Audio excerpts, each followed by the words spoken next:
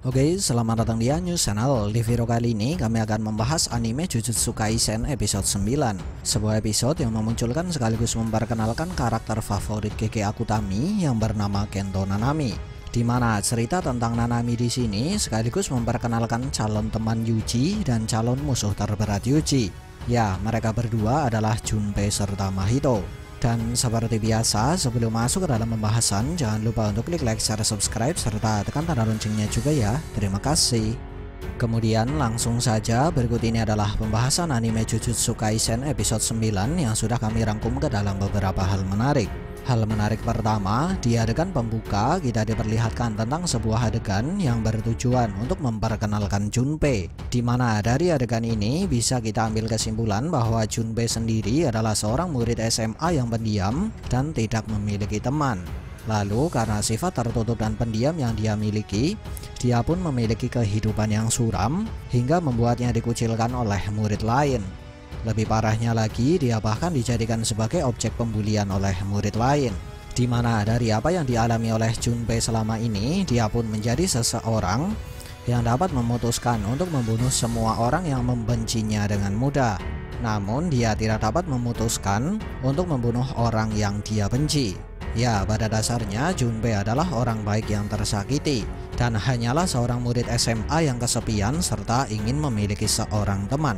Kemudian dari cerita yang diberikan di episode ini, pertanyaan yang seharusnya muncul bagi para fans yang hanya menonton versi anime yaitu, mengapa Junpei bisa melihat Mahito yang merupakan perwujudan dari kutukan yang disebut dengan roh kutukan?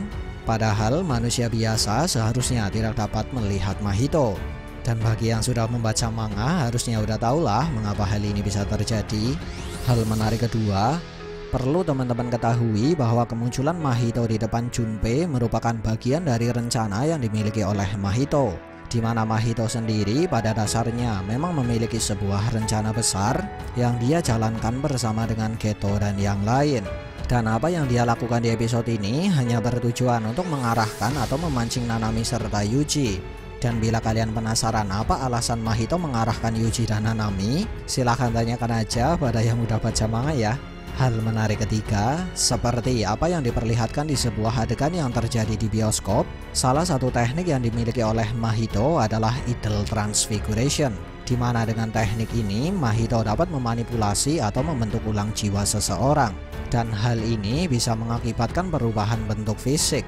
Lalu selain dapat digunakan untuk orang lain, teknik ini juga dapat digunakan kepada dirinya sendiri, seperti misalnya untuk menyembuhkan luka serta menciptakan senjata. Bahkan dia dapat menciptakan tiruan atau cloning dari dirinya sendiri. Hal menarik keempat, lewat adegan salah satu tim forensik yang mengomentari kedatangan Yuji dan Nanami, pihak official secara tidak langsung ingin menjelaskan bahwa segala sesuatu yang berhubungan dengan kutukan akan dirahasiakan oleh pemerintah dari warga umum bahkan polisi sekalipun. Ya, karena pada dasarnya mereka hanyalah manusia biasa yang tidak dapat melihat kutukan dan roh terkutuk. Hal menarik kelima, seperti penjelasan yang diberikan oleh Nanami, ketika sebuah teknik kutukan digunakan, maka teknik kutukan tersebut akan meninggalkan bekas yang disebut sebagai residu energi kutukan. Tapi perlu diketahui bahwa semakin ahli seseorang dalam menggunakan teknik kutukan, maka semakin tipis pula residu energi kutukan yang tertinggal. Dan semakin hebat seorang penyihir Jujutsu, maka dia dapat merasakan residu energi kutukan dengan lebih mudah, bahkan tanpa melihatnya terlebih dahulu. Hal menarik keenam, Nanami merupakan seorang karakter yang bisa dikatakan idealistik, karena dia memiliki pandangan idealnya sendiri yang terkesan berbeda dari manusia pada umumnya. Ya, seperti yang bisa kita lihat bersama bahwa dia adalah seorang karakter yang menganggap kalau kerja kantoran dan penyihir Jujutsu adalah hal bodoh atau menjijikan. Dimana karena sifatnya ini, walau dia sangat memahami kehebatan dan mempercayai Gojo, Nanami menjelaskan dengan lantang kalau dia tidak menghormati Gojo. Lalu mengapa dia tidak menghormati Gojo? Ya, tentu saja karena dia masih percaya dan memegang dengan teguh apa yang disebut dengan aturan dan regulasi. Berbeda dari Gojo yang cenderung lebih memilih untuk mengikuti naluri dan pemikirannya sendiri. Tapi walaupun demikian, Nanami mengaku kalau dia sama seperti Gojo yang tidak suka dengan sikap dan beberapa keputusan tidak masuk akal para petinggi. Oh iya, Nanami sendiri adalah seorang karakter yang tidak akan mengakui seseorang sebelum dia melihatnya atau membuktikannya dengan matanya sendiri. Hal menarik ketujuh, selain karena Gojo sedang tidak bisa membimbing Yuji, alasan Gojo memasrahkan Yuji untuk dibimbing oleh Nanami yaitu agar Yuji bisa memahami batas kemampuannya sendiri serta meniru cara bertarung Nanami yang selalu mempertimbangkan segala situasi dan kondisi di tengah pertarungan. Di mana berkat hal inilah, Nanami yang dipenuhi dengan kelemahan bisa menjadi penyihir Jujutsu yang hebat. Hal menarik ke-8, alasan 3 siswa yang menjadi korban Mahito sudah tidak terlihat berada di kursi bioskop karena ketiga murid tersebut sudah berubah menjadi kutukan dan pergi berkeliaran. Ya, setidaknya alasan ini bisa dikatakan tepat untuk 2 korban, karena 2 kutukan yang sudah dilawan Yuji dan juga Nanami di episode ini adalah korban dari Mahito. Lalu yang jadi pertanyaan, di manakah 1 korban yang tersisa? Menurut kami, 1 korban yang tersisa sudah dijadikan bahan atau objek eksperimen oleh Mahito. Dan petunjuk untuk hal ini seharusnya akan diperlihatkan di episode selanjutnya. Hal menarik ke-9, salah satu teknik milik Nanami akhirnya diperlihatkan.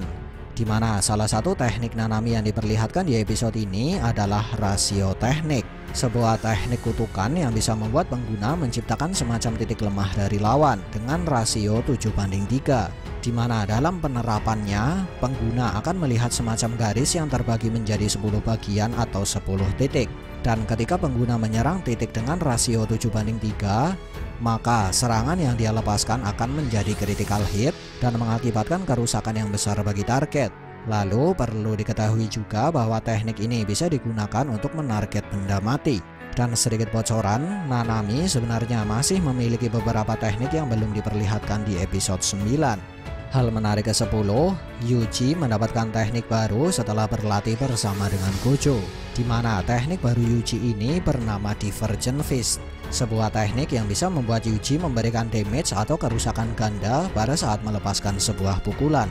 Di mana hal ini bisa terjadi karena salah satu kelemahan Yuji yang belum bisa mengontrol energi kutukan dengan sempurna, hingga membuat energi kutukan yang dia gunakan terlambat keluar dan tidak bisa mengimbangi pergerakan dari kekuatan fisik Yuji. Ya, awalnya ini merupakan kelemahan dari Yuji, tapi berkat arahan dari Gojo, hal ini bisa menjadi salah satu kelebihan bagi Yuji, setidaknya untuk saat ini. Hal menarik ke-11, menurut penjelasan dari Mahito, roh terkutuk merupakan makhluk yang tercipta dari energi kutukan dengan jumlah besar yang terkumpul dalam sebuah sentimen, gambaran ketakutan atau sesuatu yang berasal dari alam. Lalu bagaimanakah urutan dari terlahirnya atau terciptanya roh terkutuk atau roh kutukan? Ya, pada awalnya roh terkutuk bisa terlahir karena emosi negatif yang dimiliki oleh manusia, seperti ketakutan, kecemburuan, dan kebencian, yang sudah membuat energi kutukan keluar dari tubuh manusia.